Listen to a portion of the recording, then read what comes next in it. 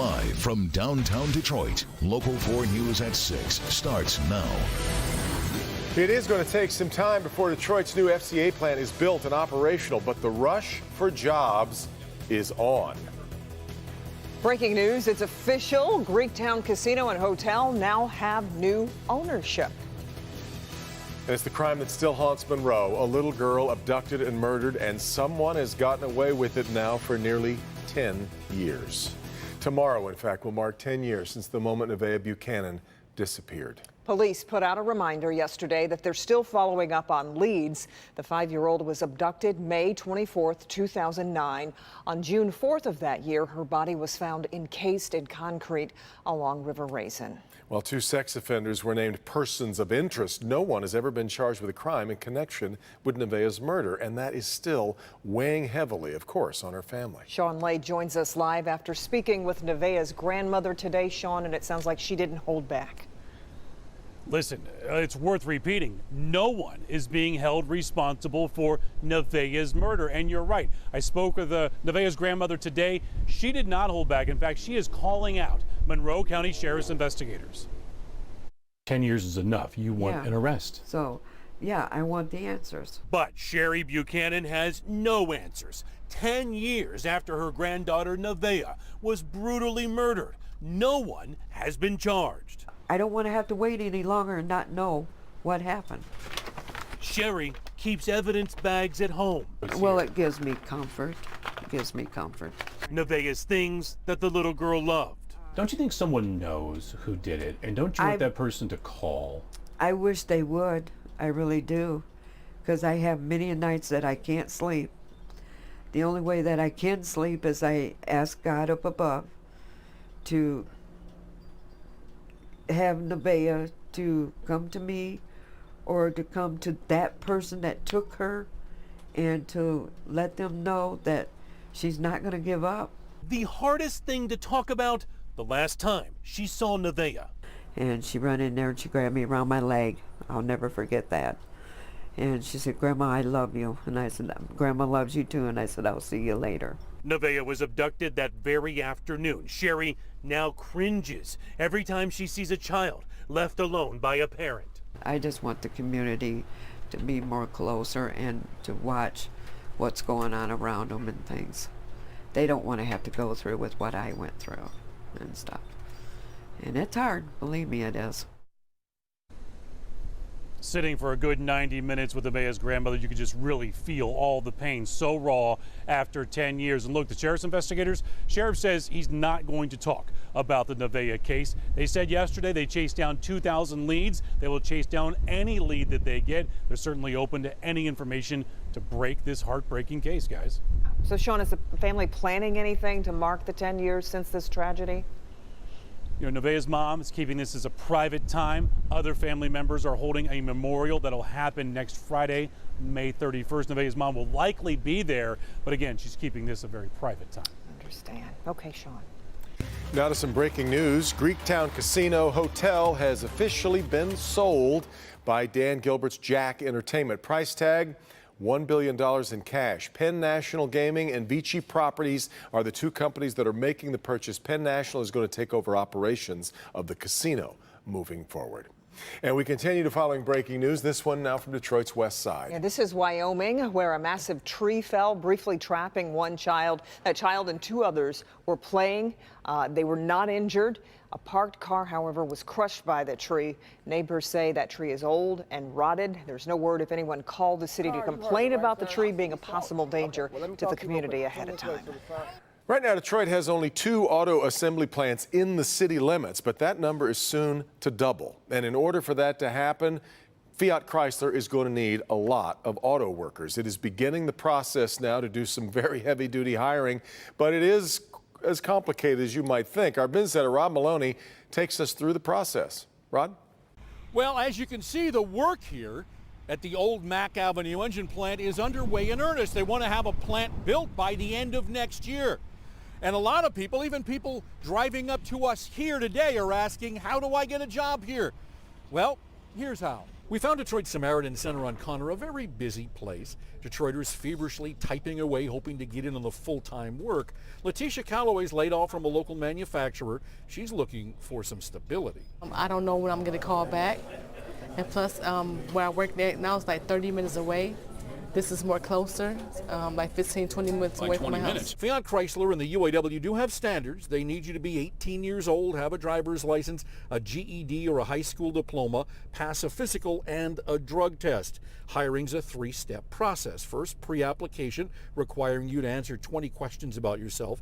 Pass an assessment test looking to gauge math and mechanical reasoning skills. Get over those 2 hurdles, and then there's the actual employment application. So FCA will officially open the application in August or September. Nicole Sherrard-Freeman heads up the Detroit at Work, which is the only place where you can apply, and she wants to help Detroiters succeed. As we start to roll out information fairs, readiness workshops, all the work that we're doing on the front end to get Detroiters ready for the FCA application process, they're getting text messages to help them understand and get signed up for those events. It would bring more jobs to the community, make the economy go up, and then people could be able to provide for their kids. And once their kids grow up, they can pull them in. And that's how it used to be years ago, so many Detroiters recognize that. And as it stands right now, 8,000 people have put their names on the list to get those text messages on how to move this process forward. Right now, they're in the pre-application phase. Back to you. There is a lot to go along with this. It's a fairly complicated process then. What are they telling you about how to make it through that sort of juggernaut? Well, you know, the first thing, Devin, is to avoid the scammers, believe it or not. Already there are people running around telling people who want to get in on this that for $200 they can get them on the list. Ignore the scammers. Yeah. In the meantime, there's only one website where you can go. We have that linked on clickedondetroit.com. Yeah. And the mayor is going to join me Sunday morning on Flashpoint. Our only topic on the table is this very issue, the jobs at the Chrysler plant. All right, Rod. Okay, now to a Local 4 News update. An elderly man is facing felony charges for allegedly scratching up several cars at the Clinton Township Library. Police believe 72-year-old Gary Young, he's pictured there, was damaging parked cars for months. Investigators say Young would park next to a car, get out, scratch it up, and then drive off. He now faces multiple counts of malicious destruction of property. He's due back in court in a couple of weeks. Thousands of dollars in federal funding could be coming to communities that are still dealing with the aftermath of a lot of flooding. FEMA granted a request by Governor Whitmer to tour parts of Wayne County. You're looking at video there from earlier this month in Dearborn Heights. FEMA, state police, and emergency management and Homeland Security officials will be working together. Teams expected to be out in the neighborhoods as early as next week. We are told gathering information, assessing the cost of the damages is going to take several days, as you might expect, but then hopefully the money will get moving. Right. Our biggest area lakes are still way above their normal water levels, and that is a big problem for boaters and, of course, people who live along the water. Right. Ben Bailey's been talking about it. He's live out on Lake St. Clair today, and he's back on land in St. Clair Shores to help answer some important questions for homeowners. Hi, Ben. Hi, guys. Yeah, we are in one of the homeowners' yards here in St. Clair Shores, and you can see they've got a pretty substantial seawall here. But what they tried to do is protect the ramp, and there's a wall of sandbags here that they started to put up, but apparently that didn't go so well. I'm here with Fred Wilhelm, and Fred, you tried to get that sandbag wall in, but Mother Nature had other plans. Yeah, when we get the onshore breeze, it's just, it's wild how the waves come in and wash over the wall and just put the crud up on shore. We get so much stuff washed in and stuff. And that's what we're looking at here. This entire tree came in from the lake. Yeah, we had to bring it in or it would have destroyed the dock. We had to cut it in half in the water, so then we drag it up on land and hopefully we can get rid of it. But yeah, it's a real chore getting stuff out of the lake. So as we go into the holiday weekend, you know how many people are going to be out here on the water. What are you thinking? What are your thoughts going into the weekend? I'll be out there in the water with? No, I'm teasing. You know, it's only really bad when we get the onshore breezes, so it'll be interesting summer, you know, with the higher water. knowing that July is pretty much when everything's going to get better. So Fred, best of luck to you. Thanks for letting us hang out here. And of course, the folks from Towboat US got us down here. We had to stop in the middle of the lake. There was a boat taking on water, so one of the guys had to jump on another boat and go out and rescue that guy, but they did get us here safe. Coming up at 6 o'clock, we're going to be talking, of course, more about your holiday weekend forecast, because even though 2 of the 3 days look fantastic for boating and really doing anything outside, it's that first day. It's Saturday where we've got to be watching the skies, and we'll talk more about that coming up in a few minutes, guys. I just told Kimberly, Ben, somebody in Duluth, Minnesota is trying to figure out where their tree went. we tagged it for them. Yeah, really? Right there, yeah. All right. It's huge, yeah. Yeah. Well, the team at NBC Nightly News hard at work putting together the stories you're going to see coming up at 6:30. Lester Holt joins us live from New York with a preview. Lester, good evening.